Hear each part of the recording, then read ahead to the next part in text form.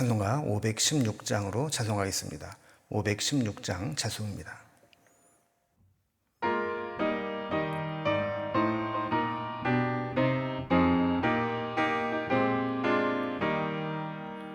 옳은 길 따르라 의의 길을 세계 만민의 참된 길, 이 길 따라서 살기를 온 세계에 전하세. 만 백성이 나갈 길, 어두운 밤 지나고 동 튼다. 환한 빛 보아라 저 빛, 주 예수의 나라 이 땅에 곧 오겠네 오겠네.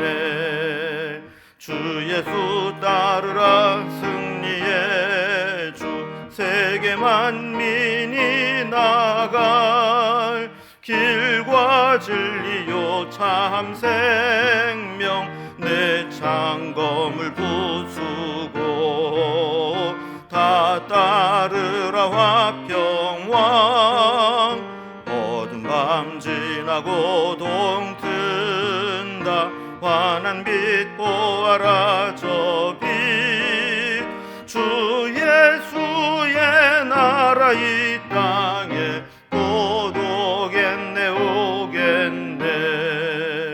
놀라운 이 소식 알리어라, 세계 만민을 구하려 내 주 예수를 보내신 참 사랑의 하나님.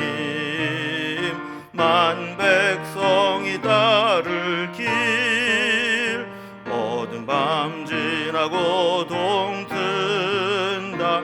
환한 빛 보아라 저 빛, 주 예수의 나라 이 땅에 곧 오겠네 오겠네. 고난 길 헤치고 찾아온 길, 많은 백성을 구한 길, 모두 나와서 믿으면 온 세상이 마침내 이 진리에 살겠네. 어두운 밤 지나고 동 튼다. 환한 빛 보아라 저 빛, 주 예수의 나라 이 땅에 곧 오겠네 오겠네. 오늘 함께 하는 하나님 말씀은 역대하 27장 1절에서 28장 15절까지 말씀입니다. 역대하 27장 1절에서 28장 15절까지 말씀을 봉독합니다. 요담이 왕위에 오를 때에 나이가 25세라. 예루살렘에서 16년 동안 다스리니라. 그의 어머니의 이름은 여루사요 사독의 딸이더라. 요담이 그의 아버지 우시아의 모든 행위대로 여호와 보시기에 정직하게 행하였으나 여호와의 성전에는 들어가지 아니하였고 백성은 여전히 부패하였더라. 그가 여호와의 전 윗문을 건축하고 또 오벨 성읍을 많이 증축하고 유다 산중에 성읍들을 건축하며 숲을 가운데 견고한 진영들과 망대를 건축하고 암몬 자손의 왕과 더불어 싸워 그들을 이겼더니 그 해에 암몬 자손이 은 100달란트와 밀 10,000고르와 보리 10,000고르를 바쳤고 제2년과 제3년에도 암몬 자손이 그와 같이 바쳤더라. 요담이 그의 하나님 여호와 앞에서 바른 길을 걸었으므로 점점 강하여졌더라. 요담의 남은 사적과 그의 모든 전쟁과 행위는 이스라엘과 유다 열왕기에 기록되니라. 요담이 왕위에 오를 때 나이가 25세요 예루살렘에서 다스린 지 16년이라. 그가 그의 조상들과 함께 누움에 다윗성에 장사되고 그의 아들 아하스가 대신하여 왕이 되니라. 아하스가 왕위에 오를 때 나이가 20세라. 예루살렘에서 16년 동안 다스렸으나 그의 조상 다윗과 같이 하지 아니하여 여호와 보시기에 정직하게 행하지 아니하고 이스라엘 왕들의 길로 행하여 바알들의 우상을 부어 만들고 또 흰놈의 아들 골짜기에서 분향하고 여호와께서 이스라엘 자손 앞에서 쫓아내신 이방 사람들의 가증한 일을 본받아 그의 자녀들을 불사르고 또 산당과 작은 산 위의 모든 푸른 나무 아래에서 제사를 드리며 분향하니라. 그러므로 그의 하나님 여호와께서 그를 아람 왕의 손에 넘기심에 그들이 쳐서 심히 많은 무리를 사로잡아 다메섹으로 갔으며 또 이스라엘 왕의 손에 넘기심에 그가 쳐서 크게 살육하였으니 이는 그의 조상들의 하나님 여호와를 버렸습니다. 르말랴의 아들 베가가 유다에서 하루 동안에 용사 12만 명을 죽였으며 에브라임의 용사 시그리는 왕의 아들 마아세야와 국내 대신 아스리감과 총리 대신 엘가나를 죽였더라.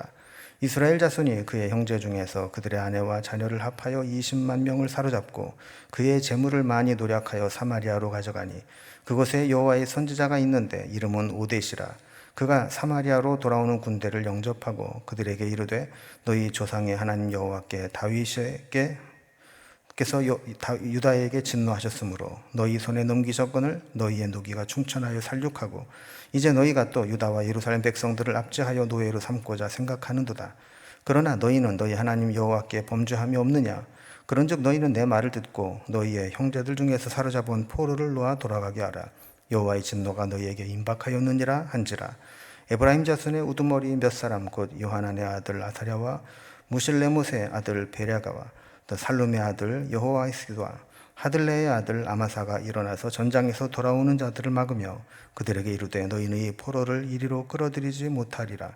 너희가 행하는 일이 우리를 여호와께 허물이 있게 함이니 우리의 죄와 허물을 더하게 함이로다. 우리의 허물이 이미 커서 진노하심에 이스라엘에게 임박하였느니라 하며 이에 무기를 가진 사람들이 포로와 노력한 물건을 방백들과 온 회중 앞에서 둔지라. 이 위에 이름이 기록된 자들이 일어나서 포로를 맞고 노력하려 온 것 중에서 옷을 가져다가 벗은 자들에게 입히며 신을 신기며 먹이고 마시게 하며 기름을 바르고 그 약한 자들을 모두 나귀에 태워 데리고 종려나무성 여리고에 이르러 그의 형제에게 돌려준 후에 사마리아로 돌아갔더라. 아멘. 오늘 본문은 이제 27장부터 28장까지 이어지는 내용을 살펴봅니다. 특히 이제 27장에서는 유다의 11번째 왕이 되는 요담에 대한 내용이 기록되어 있고 28장에서는 유다의 12번째 왕이 되는 아하스에 대한 내용이 기록되어 있습니다. 먼저 이 요담에 대한 내용을 보면 이 요담 시대에는 그 위기과 또 위협 속에서도 하나님의 바른 길을 걸으며 점점 그 왕권이 강화되었다 하는 내용을 소개하고 있습니다. 하지만 이제 그 뒤에 왕이 된 아하스는 왕이 된 후에 하나님 보시기에 정직하게 행하지 않았고 우상을 부어 만들어 섬기다가 아주 혹독한 일들을 당하게 됩니다. 그 대표적인 사건이 아람과 북이스라엘의 침공을 받게 되는 겁니다. 그리고 북이스라엘이 침공을 해서 많은 유다 백성들을 포로로 끌고 가버렸습니다. 당시 하나님의 선지자가 북이스라엘 백성들을 책망하게 되자 그들은 하나님의 심판이 두려워서 포로로 끌고 갔던 그런 유다 백성들을 다시 돌려보내게 되었다 하는 내용입니다. 이렇게 요담과 아하스 왕에 대한 내용을 오늘 단락별로 구분을 해봅니다. 먼저 27장은 요담의 통치에 대해서 기록을 하고 있습니다. 그리고 28장은 아하스에 대한 이야기인데 먼저 앞부분은 아하스가 우상을 부어 만들고 하나님을 배반했다 하는 내용을 기록하고 있고 거기에 대한 하나님의 징계로 아람과 이스라엘의 침략을 받게 되었다 하는 내용들이 후반부에 기록되어 있습니다. 이제 단락별로 살펴봅니다. 먼저 요담이 통치한 것에 대한 이야기입니다. 1절에 보면 요담의 통치에 대해서 간략적으로 설명을 합니다. 요담이 왕위에 오를 때 나이가 25세였고 예루살렘에서 16년을 다스렸다 그랬습니다. 이 16년이라는 기간은 아마도 아버지 우시아가 나병에 걸려서 별궁에 격리되어 있을 때 아들 요람이 아마 공동으로 통치했던 기간을 포함한 것으로 보고 있습니다. 또 여기 보면 어머니를 소개할 때 좀 특별히 소개하는데 여루사요 사독의 딸이다 그랬습니다. 사독의 딸, 사독의 친딸이 아니라 후손이라는 뜻이죠. 이렇게 이제 요담의 어머니를 사독의 후손 여루사라고 이렇게 소개한 것은 요담이 그 어떤 그 제사장 가문에서 신앙으로 잘 양육되었다는 것을 간접적으로 보여주는 설명입니다. 2절에 보면 요담의 행적을 간략하게 소개합니다. 요담이 그의 아버지 우시아의 모든 행위대로 여호와 보시기에 정직하게 행하긴 했으나 여호와의 성전에는 들어가지 아니하였고 백성은 여전히 부패하였다라는 겁니다. 그 사람이 보고 경험하는 것이 참 이렇게 무섭습니다. 요담은 아버지 우시아가 성전 안에 들어가서 분향을 잘못해서 나병으로 고생을 했고 또 죽을 때까지 쫓겨나서 별궁에 격리 수용되어 있다가 죽는 것을 지켜보았습니다. 그래서 요담은 아예 그러면 난 성전에 안 들어가겠다. 그리고 성전에 들어가지 않았다는 겁니다. 그래서 다른 것은 아버지의 그 인생 말년 후기를 보면서 교훈을 받아서 여호와 보시기에 정직하게 행하려고 했지만 이 성전에 관련된 것은 성전에서 해야 될 것들은 아주 과민 반응을 보이면서 무관심하게 했던 것이죠. 결국 이렇게 성전으로부터 멀어지게 되니까 백성들은 영적으로 부패하는 빌미를 주게 된 거죠. 왕도 성전에 잘 안 들어가고 잘 안 섬긴다더라 이런 소문이 돌게 되자 백성들 역시 제석에 오른 대로 우상을 섬기는 일들을 행했던 것입니다. 요담의 건축 사업에 대한 이야기가 이어집니다. 아버지 우시아는 그가 가진 군사력과 경제력의 번영을 아들 요담에게 그대로 물려주었습니다. 요담은 그 힘을 가지고 성전과 왕궁을 방어하기 위해 건축 사업을 진행합니다. 3절에 보면 그가 여호와의 전 윗문을 건축하고 또 오벨 성벽을 많이 증축하였다. 내부를 정비한 것이죠. 4절에 보면 유다 산중에 성읍들을 건축하고 숲을 가운데 견고한 진영들과 망대를 건축하고 그랬습니다. 여기 나온 성읍, 진영, 또 망대 이런 것도 모두 적의 침입에 대해서 방어할 수 있는 요새들을 가리키는 겁니다. 그 진영은 상당한 규모의 군사들이 수경할 수 있는 그런 요새를 가리키는 것이고, 망대는 적의 침입과 동태를 살필 수 있는 일종의 관측소 같은 것이죠. 특히 이런 것들을 산중에 숲을 가운데 세웠다라고 하는 것은 관측에 위장을 하는 게 적합한 곳에 세웠다는 겁니다. 5절에 보면 요담이 암몬의 배신에 대해서 보복 전쟁을 해서 승리한 장면이 나오게 됩니다. 암몬의 자손의 왕과 더불어 싸우게 되는데 그들을 이겼다는 겁니다. 그래서 그 암몬 자손이 은 100달란트를 배상금으로 물고 또 밀 만고르와 또 보리 만고르를 조공으로 바치게 되었다 하는 겁니다. 이 배상금과 조공을 보면 어마어마한 양을 바치게 된 거죠. 6절에 보면 그리고 2년 3년에도 계속했다. 6절에 보면 요담이 그 하나님 여호와 앞에서 바른 길을 걸었기 때문에 점점 강성하게 되었다 하고 이야기를 합니다. 이 한 구절이 참 우리에게 아주 소중한 교훈을 줍니다. 하나님 말씀에 대한 순종 여부가 우리 인생의 성공과 실패의 그런 여부를 결정짓는 기준이 된다는 겁니다. 하나님 앞에서 바른 길을 가면 시간이 지날수록 하나님께서 점점 강성하게 해주시는 것을 영적인 원리로 우리는 배울 수가 있는 겁니다. 7절에 보면 요담이 그 외에 남은 사적과 전쟁 행위에 대해서는 11개에 기록되어 있다 이렇게 소개를 하고, 8절에서는 다시 요담의 통치를 정리하면서 요담이 25세의 왕이 돼서 16년 동안 다스렸다 하는 것들을 정리해 줍니다. 25세의 왕이 되었고 16년 만에 죽었다는 얘기는 요담이 41세에 죽었다는 이야기죠. 9절에 보면 그의 조상들과 함께 누움에 다윗성에 장사되고 그 아들 아하스가 대신해서 왕이 되었다 그럽니다. 아들 교육을 잘못 시켰는지 이제 아하스는 이제 남왕국 유다 왕 중에 매우 악한 왕으로 기록된 왕이죠. 그러니까 요담의 그 아들로 이런 아하스 같은 사람이 나왔다. 참 안타까운 일이라 이렇게 볼 수 있습니다. 자, 이제 두 번째 단락으로 아하스에 대한 통치입니다. 아하스가 요담의 뒤를 이어 왕이 됐지만 요담과 같이 하나님을 섬기지 않고 배반했다 하는 내용입니다. 1절에 보면 아하스가 왕위에 오를 때 나이가 20세였고 예루살렘에서 16년을 다스렸다 그랬습니다. 그런데 조상 다윗과 같이 하지 않고 여호와 보시기에 정직하게 행하지 아니했다라고 평가합니다. 아하스는 사실 남왕국 유다의 왕 중에서 모든 왕 중에 가장 악한 왕으로 평가된 왕입니다. 다른 왕들은 그래도 그 조상들을 보면 처음에는 그래도 좀 바르게 해보려고 말씀대로 살아보려고 믿음으로 살려고 노력을 하는 선한 구석이 있었지만, 아하스는 처음부터 하나님을 대적하고 배반하고 우상 숭배를 행하면서 죽을 때까지 하나님의 징계를 받은 왕입니다. 2절에 보면 이스라엘 왕들의 길로 행하여 바알들의 우상을 부어 만들고, 이스라엘의 왕은 국가가 세워질 때 여로보암부터 금송아지를 만들고 우상 숭배에 물들였던 왕인데 그 길을 따라 행했다는 겁니다. 3절에 보면 아하스 왕의 악행이 계속됩니다. 또 흰놈의 아들 골짜기에서 분향했다. 또 이방 사람들의 가증한 일들을 본받아서 그 일을 행해서 자녀들을 불사르는 일을 했다. 그러니까 이스라엘 사람들은 자식을 불로 태워버리는 몰렉이라는 신을 이렇게 섬겼는데 이 일을 행했다는 겁니다. 그래서 예레미야는 이곳이 살육의 골짜기라고 불렀고 우상 숭배의 본거지로 명해지게 된 겁니다. 4절에 보면 또 산당과 작은 산 위에 모든 푸른 나무 아래에서 제사를 드리며 분향했다 그럽니다. 아하스는 인신 제사를 드리는 몰록만 섬긴 게 아니라 산당과 산에서 나무 아래에서 제사하는 우상 숭배까지 행했습니다. 이거는 가나안 거민들이 행하던 우상 숭배들을 그대로 따온 것입니다. 이렇게 처음부터 하나님을 배반했던 아하스는 결국 큰 하나님의 징계로 위기를 만나게 됩니다. 세 번째 단락을 보면 크게 두 가지 사건을 통해 나타나 하나는 아람의 침공을 받은 것이고 또 하나는 이스라엘의 침공을 받게 되는 것입니다. 우상숭배에 빠진 아하스에게 하나님은 전쟁으로 징계를 하셨습니다.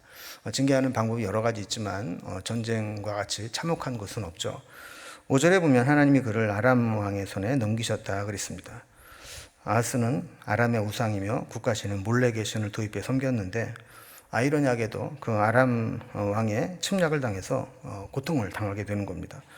아람 왕이 유다를 쳐서 심히 많은 무리를 사로잡아 다메섹으로 넘겼다. 그래서 살육했다라고 이야기를 합니다. 하나님의 심판은 여기서 끝나지 않습니다. 5절 뒷부분에 보면 이스라엘 왕의 손에 넘기심에 그가 쳐서 크게 살육하였다라고 기록을 하고 있습니다. 이렇게 북쪽에서는 이스라엘, 남쪽에서는 아람이 침략을 해오게 되자 그는 큰 손해를 입게 된 겁니다. 그 이유를 6절과 7절에 보면 이렇게 그 이유를 설명합니다. 이는 그의 조상들의 하나님 여호와를 버렸습니다. 르말랴의 아들 베가가 유다에서 하루 동안에 용사 12만 명을 죽였으며 에브라임의 용사 시그리는 왕의 아들 마아세아와 국내 대신 아스라김과 총리 대신 엘가나를 죽였더라 그랬습니다. 그러니까 아하스가 하나님을 버리고 우상 숭배에 빠지게 되자 하나님은 다윗에게 경고하신 것처럼 이 주변에 있는 나라들을 이 징계의 막대기로 사용하셔서 유다를 막 심판하기 시작하는 것이죠. 이스라엘과 아람을 막 동원해서 여기 르말랴의 아들 베가는 북이스라엘의 18대 왕입니다. 베가가 유다를 쳐들어옵니다. 하루 동안 용사 12만 명을 죽입니다. 여러분 대량 살상 무기가 없었던 당시에 하루에 12만 명이 죽었다는 것은 전쟁사적으로 볼 때 일방적으로 엄청난 패배를 했다고 볼 수 있는 것이죠. 하나님은 이런 심판을 하십니다. 그리고 왕의 아들 마아세와 국내 대신, 총리 대신까지 다 그날 죽게 됩니다. 왕실의 고위 관리들이 죽임으로써 아하스의 왕궁의 국정 운영을 심각하게 손실을 입고 위기에 몰고 간 것입니다. 8절에 보면 남왕국 유다를 침략했던 북이스라엘은 유다의 부녀자들과 자녀들 앞에서 20만 명을 사로잡아 가게 됩니다. 그리고 재물도 많이 노력해서 수도였던 사마리아로 돌아가게 됩니다. 그리고 이 정도 되면 국가의 근간이 흔들리는 위기를 만난 것이고 국력이 현저히 약해져서 나라는 존재하고 있지만 생존이 불가능한 어려운 그런 상황이 된 겁니다. 그런데 9절에 보면 이때 하나님의 선지자 오뎃이 등장합니다. 오뎃은 남유다에 내려가 살육과 악타를 장하고 돌아온 북이스라엘 사람들에게 하나님 말씀을 전합니다. 9절 중간에 보면 너희 조상의 하나님 여호와께서 유다에게 진노하셨으므로 너희 손에 넘기셨거늘 너희 노기가 충천하여 살육하고 이제 너희가 또 유다와 예루살렘 백성들을 압제하고 노예로 삼고자 생각하는도다 그랬습니다. 이 말은 북이스라엘이 유다를 침략해 승리하게 된 것은 하나님이 유다에게 진노했기 때문이라는 사실을 상기시키는 겁니다. 하나님의 도구로 쓰임받고 있다는 것이죠. 근데 이기고 나니까 북이스라엘이 마치 자기가 하나님이라도 된 듯이 하나님의 심판을 대신하고 온 것으로 착각하고 그들을 압제하여 노예로 삼고자 했다. 이렇게 지적을 하는 겁니다. 10절 뒷부분에 보면 그러나 너희는 너희 하나님 여호와께 범죄함이 없느냐. 자, 유다가 하나님께 범죄해서 심판을 받는다면 북이스라엘을 도구로 삼았을 때 그럼 북이스라엘은 하나님께 범죄함이 없느냐? 어떻게 보면 뭐 이스라엘도 유다보다 나을 게 없고 사실 어떻게 보면 유다보다 훨씬 더 악한 게 이스라엘이었죠. 그러면서 11절에 보면 그런즉 너희는 내 말을 듣고 너희 형제 중에서 사로잡은 포로를 놓아 돌아가게 하라. 여호와의 진노가 너에게 임박하였느니라. 율법에도 보면 같은 동족, 자기 동족을 노예로 삼지 못하도록 규정해 놓고 있습니다. 그런데 북이스라엘은 전쟁에서 이겼다고 해서 같은 동족인 유다를 이방인처럼 취급하고 포로로 끌려와서 노예로 삼으려고 했던 것들을 지적해 하고 있는 거죠. 자, 12절에 보면 5대 선지자만 그런 것이 아니고 에브라임 자손의 우두머리 몇 사람도 적극적으로 전장에서 돌아오는 것을 막아서게 됩니다. 13절 말씀처럼 너희는 이 포로를 이리로 끌어들이지 못하리라. 너희가 행하는 일은 우리를 여호와께 허물이 있게 함이니 우리의 죄와 허물을 더하게 함이로다. 이렇게 이제 이야기하는 것들을 보면 북이스라엘이 극도의 우상 숭배와 타락에 빠지긴 했지만 그래도 그 중에 하나님의 사람이 있었고 얼마든지 회개하고 돌이킬 가능성이 그 여지가 있었다는 것을 보여주게 됩니다. 그래서 하나님이 싫어하시는 것, 금하신 것을 할 수 없다. 이렇게 막아선 거죠. 그래서 우리의 허물이 이미 커서 진노하심이 이스라엘에게 임박하였느니라 이렇게 이야기한 것처럼 사실 우리도 하나님의 관점에서 보면 우리의 허물이 커서 하나님의 진노가 임하게 되면 우리도 망하는 것이 임박했는데 여기서 더 하나님의 뜻을 거스리고 멸망을 재촉할 일이 있겠느냐 하는 겁니다. 어쨌든 15절에 보면 에브라임의 두목들의 권고를 들은 북이스라엘 사람들이 그 포로로 끌려온 사람들 중에서 옷이 없는 자들에게는 옷을 입히고 신이 없는 자에게 신을 신기고 상처난 자들을 치료해 주고 기름을 발랐다는 게 그런 거죠. 그리고 먹고 마실 것들을 제공한 후에 여리고를 통해서 유다로 돌아올 수 있도록 돌려보내게 되었다라는 겁니다. 그렇게 하고 나서야 이제 자기의 나라 북이스라엘 사마리아로 돌아갔다 하는 것입니다. 우리는 여기에서 또 믿음으로 살려고 노력했던 요담과 또 처음부터 그릇된 길로 갔던 이 아하스의 삶을 비교해 보게 됩니다. 특히 이렇게 두 인물을 이렇게 비교해 보는 것은 우리가 어떤 길을 가야 되는지를 명확하게 보여주는 것이죠. 우리가 이 말씀을 통해서 아하스와 같이 그릇된 길로 가면 결국 이렇게 고통을 당하고 심판을 받는구나라는 것들을 생각하면서 요담이 온전하지는 못했지만 그래도 하나님 말씀대로 믿음으로 살려고 했던 그 모습을 본받아 살아갈 수 있기를 주님의 이름으로 기원합니다. 기도하겠습니다. 하나님 아버지, 유다의 왕들을 통해서 우리에게 주시는 교훈들을 계속 살펴보고 있습니다. 오늘은 특별히 요담과 아하스를 비교하면서 하나님 앞에 믿음으로 살았던 것과 그렇지 못한 것의 결과가 어떠한가를 살펴보게 되었습니다. 바라기는 우리도 늘 믿음으로 바른 길을 걸어가게 하시고 또 잘못된 길, 그릇된 길, 하나님이 기뻐하지 않는 길을 행여라도 걸어가지 않도록 우리의 발걸음을 주장하여 주시옵소서. 오늘도 우리가 살아가는 발걸음이 하나님을 기쁘시게 하고 하나님을 기쁘시게 함으로 형통함을 얻는 삶이 되어지기를 소망하며 예수님의 이름으로 기도드리옵나이다. 아멘. 각자의 기도 제목들로 자유롭게 기도하시겠습니다.